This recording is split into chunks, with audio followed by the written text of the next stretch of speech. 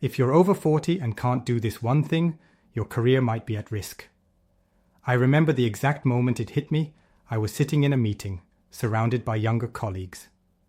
When someone mentioned digital attribution models, everyone nodded knowingly. I just sat there. I felt my stomach sink. That's when I realized the world had changed, and I was getting left behind. But here's what's crazy. After that wake-up call, I discovered something shocking. Over 67% of professionals over 40 are at risk of career stagnation, simply because they lack one critical skill: digital marketing literacy. Think about it. Every company is now a digital company. Even traditional businesses are spending 70% of their marketing budgets online. But that's not even the craziest part. I found out that age has absolutely nothing to do with learning digital skills.